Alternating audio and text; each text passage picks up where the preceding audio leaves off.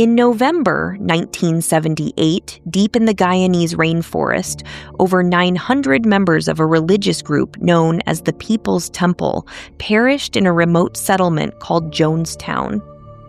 Led by a charismatic preacher, the event unfolded amid claims of coercion, cyanide, and external pressures, sparking questions about whether it was mass suicide, murder, or something orchestrated from the shadows.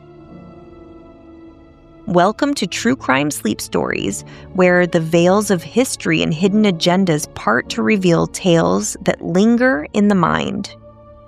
Tonight's episode delves into the Jonestown Massacre, a tragedy tied to the People's Temple and its leader, Jim Jones, with layers of conspiracy adding to the enigma.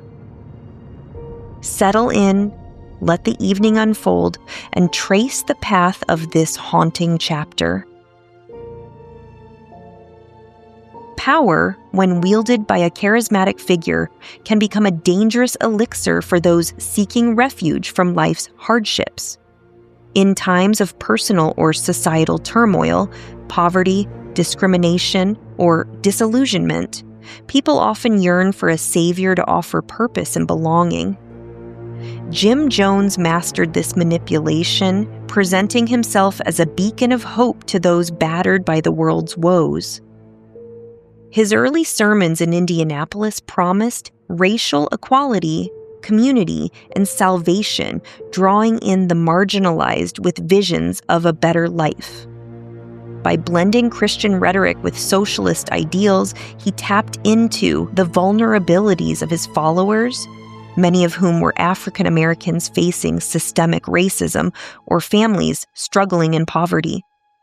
Jones's charisma, coupled with staged miracles like faith healings, created an illusion of divine authority, binding followers to his will. This psychological grip, built on promises of solace, set the stage for control, coercion, and ultimately tragedy, as devotion turned to blind obedience in the jungles of Guyana. James Warren Jones was born on May 13, 1931, in Crete, Indiana, a small rural town during the Great Depression. His father, James Thurman Jones, was a disabled World War I veteran, and his mother, Lynetta Putnam Jones, worked various jobs to support the family. Jones grew up in poverty, often neglected, and developed an early fascination with religion and death, attending local churches and holding mock funerals for animals. As a child, he was influenced by Pentecostal services and figures like Father Divine, a Black religious leader known for communal living and charity work. Jones later claimed divine inspiration, preaching to neighborhood children and aspiring to become a minister. In 1951, Jones moved to Indianapolis, where he attended Indiana University and Butler University part-time while working as a hospital orderly. He married Marceline Baldwin in 1949, a nurse who shared his interest in social justice. Jones began preaching in local churches, emphasizing racial integration and equality during a time of segregation. In 1955, he founded the Wings of Deliverance, later renamed the People's Temple Full Gospel Church in Indianapolis. The group focused on helping the poor, providing food, clothing, and medical care, attracting a diverse congregation, including many African Americans disillusioned with traditional churches. By the early 1960s, Jones's paranoia grew, fueled by fears of nuclear war after reading an Esquire magazine article listing safe places from fallout. In 1961, he visited Guyana briefly while establishing a short-lived mission in Brazil. In 1965, he relocated the People's Temple to Redwood Valley, California, with about 140 followers, believing it a safe haven. The group incorporated as the People's Temple of the Disciples of Christ in 1965, affiliating with the denomination in 1960, and Jones was ordained in 1964. In California, the temple expanded, opening branches in Ukiah, San Francisco, and Los Angeles, drawing thousands with Jones's staged faith healings and messages of socialism wrapped in Christian rhetoric. Jones's leadership style became increasingly authoritarian. He demanded loyalty, separating families, encouraging members to inform on each other, and using public humiliation and physical punishments. He claimed to be a reincarnation of figures like Jesus and Lenin, promoting apostolic socialism. The temple's humanitarian efforts, like soup kitchens and drug rehabilitation, masked internal abuses.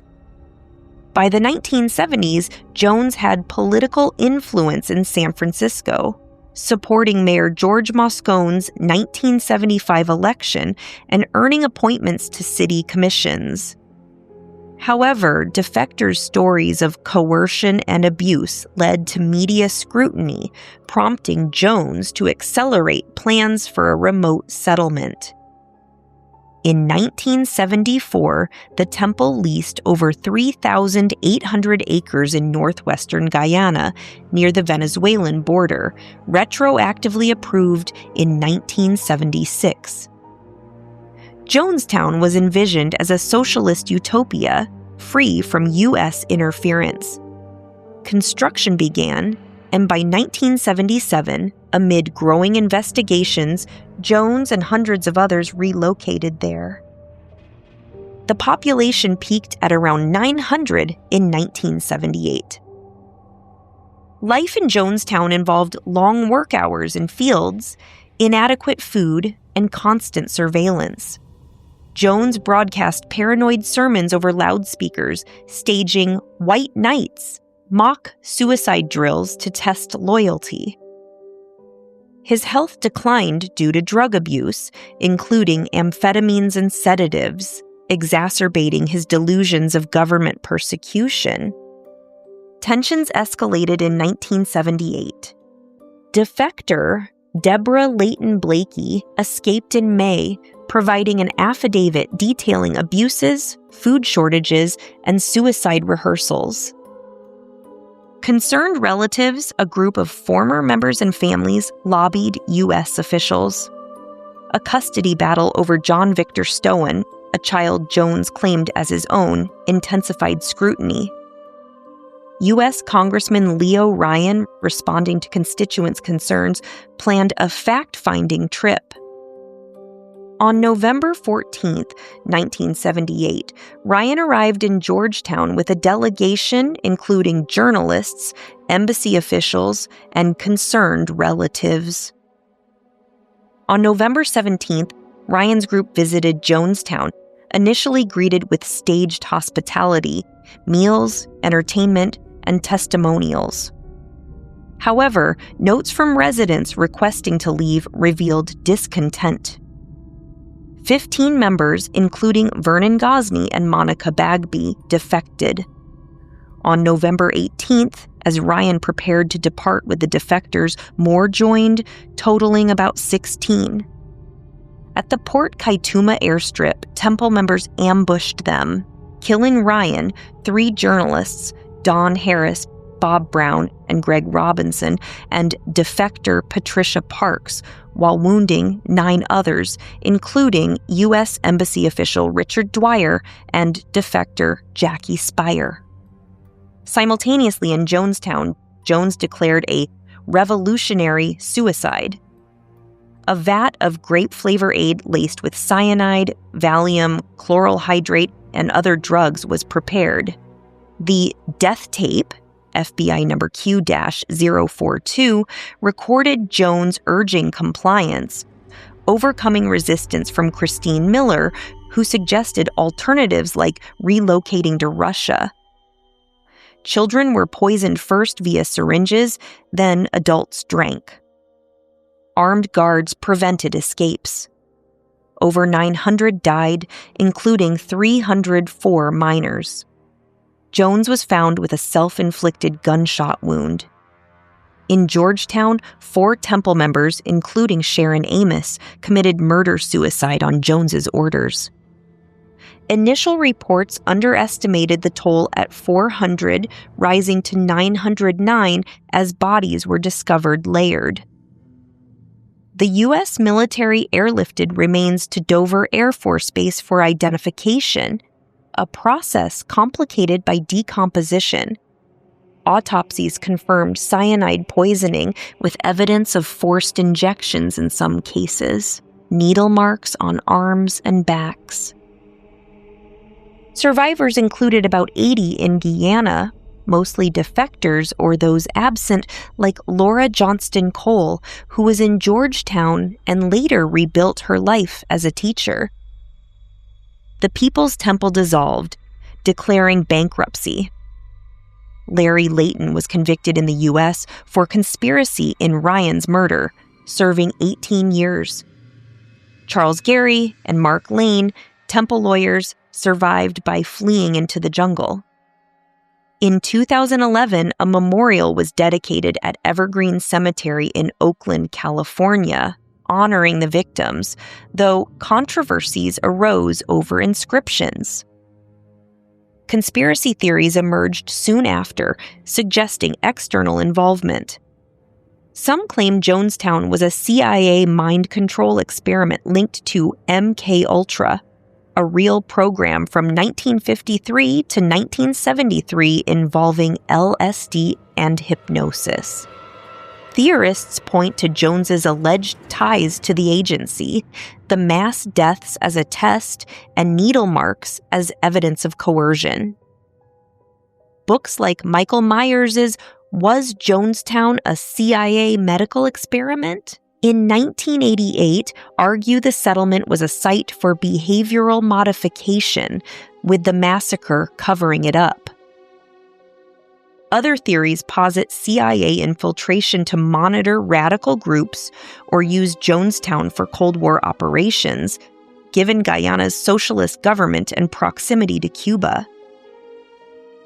Rumors include Jones as a CIA asset with funding or protection and post-massacre cover-ups, like delayed body counts or evidence tampering.